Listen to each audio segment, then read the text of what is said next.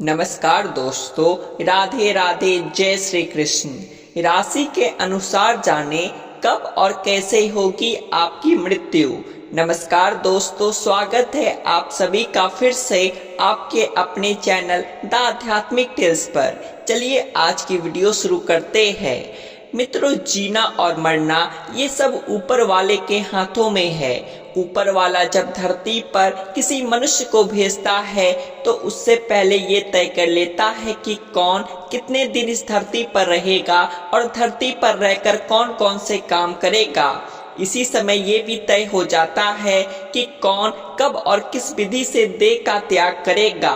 ईश्वर के इस पुराने विधान को तो समझना बड़े बड़े संत महात्मा और ज्ञानियों के लिए भी मुमकिन नहीं है, लेकिन कुछ चीजें ऐसी हैं जिन्हें हम मनुष्य भी जान सकते हैं। ईश्वर ने इसका उपाय कर रखा है।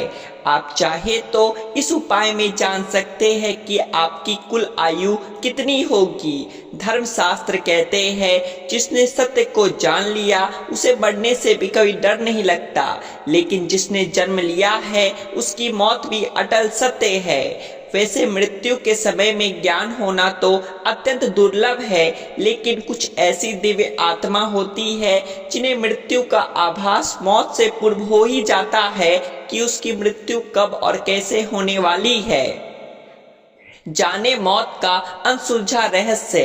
शास्त्रों में बालारिष्ट, योगारिष्ट, अल्प, मध्य, दीर्घ, दिव्य एवं अमित ये 7 प्रकार की मृत्यु के बारे में बताया गया है। मनुष्य की 7 प्रकार से होने वाली मृत्यु का शास्त्रों में उल्लेखित रहस्य के अनुसार जिस प्राणी ने माता के गर्भ से जन्म लिया है उन सभी की मृत्यु भी ईश्वर जन्म के साथ ही निर्धारित कर देते हैं।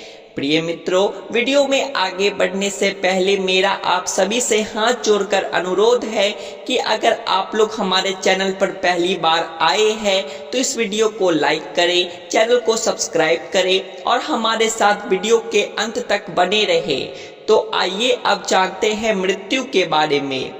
सबसे पहले बात करते हैं बालारिष्ट मृत्यु की। जन्म से लेकर 8 वर्ष तक की आयु में होने वाली मृत्यु को बालारिष्ट मृत्यु कहा जाता है, जिसकी जन्म कुंडली में लगन से 6, 8 और 12वें स्थान पर पाप ग्रहों से युक्त चंद्रमा हो तो व्यक्ति की मृत्यु बाल्यावस्था में अर्थात बालारिष्ट मृत्यु होती है। इसके अलावा सूर्य ग्रहण या चंद्र ग्रहण का समय हो, सूर्य, चंद्र, राहु एक ही राशि में हो तथा लगन पर क्रूर ग्रह शनि, मंगल की छाया हो तो बालक के साथ माता की मृत्यु का दुर्योग भी बनता है।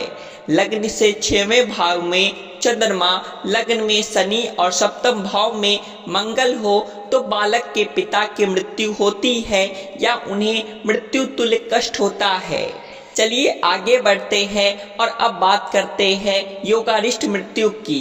8 वर्ष की आयु से लेकर 20 वर्ष के बीच होने वाली मृत्यु को योगारिष्ट मृत्यु कहा जाता है। जब अष्टम भाव शनि, मंगल जैसे क्रूर ग्रहों से दूषित हो लेकिन लग्न में बैठा विपरीत ग्रह वक्री हो तब योगारिष्ट मृत्यु होती है। अमावस्या से पहले की चतुर्दशी, अमावस्या और अष्टमी को ये योग पूर्ण प्रभाव में रहता है। जिन बालकों के माता पिता कुकर्मों में लिप्त रहते हैं उनके बालकों की मृत्यु भी योगारिष्ट होती है। तीसरी है अल्पायु मृत्यु, जिसकी मौत 20 से लेकर 32 वर्ष की आयु में होती है, उसे अल्पायु मृत्यु कहा जाता है।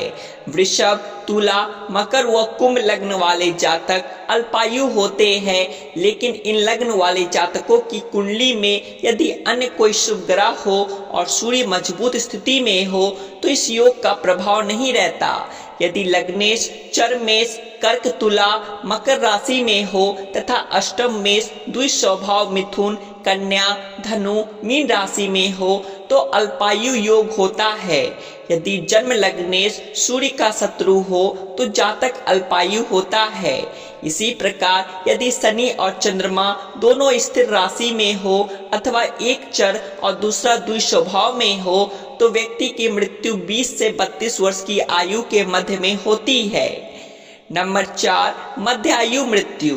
32 वर्ष से लेकर 34 वर्ष तक की आयु में होने वाली मौत को मध्यायु मृत्यु कहा जाता है। यदि लग्नेश सूर्य का स्वामी ग्रह बुध हो अर्थात मिथुन व कन्या लग्न वालों की प्रायः मध्यायु मृत्यु होती है। यदि शनि और चंद्र दोनों की द्विस्वभाव राशि में हो या एक चर तथा दूसरा स्थिर राशि में हो तो ऐसे लोगों की मध्यायु मृत्यु होती है। अधिकतर मध्यायु मृत्यु योग वाले जातकों की मृत्यु जन्म स्थान से बहुत दूर होती है। अब आगे बढ़ेंगे और बात करेंगे दीर्घायु योग मृत्यु की। अगर किसी की मौत 64 से अधिक एवं 120 वर्ष की आयु तक होती है तो उस मृत्यु को दीर्घायु योग या पूर्णायु योग मृत्यु कहा जाता है। यदि जन्म लग्नेश सूर्य का मित्र हो तो व्यक्ति को पूर्णायु मृत्यु प्राप्त होती है। लग्नेश केंद्र में गुरु शुक्र के साथ हो या इनकी दृष्टि हो तो जातक पूर्णायु का भोग करता है। इन जातकों को जीवन के अंतिम समय तक शिव और विष्णु की उपासना करनी चाहिए। छठा है दिव्यायु योग। उपरोक्त 5 प्रकार के आयु मृत्यु के बाद आता है दिव्यायु योग मृत्यु।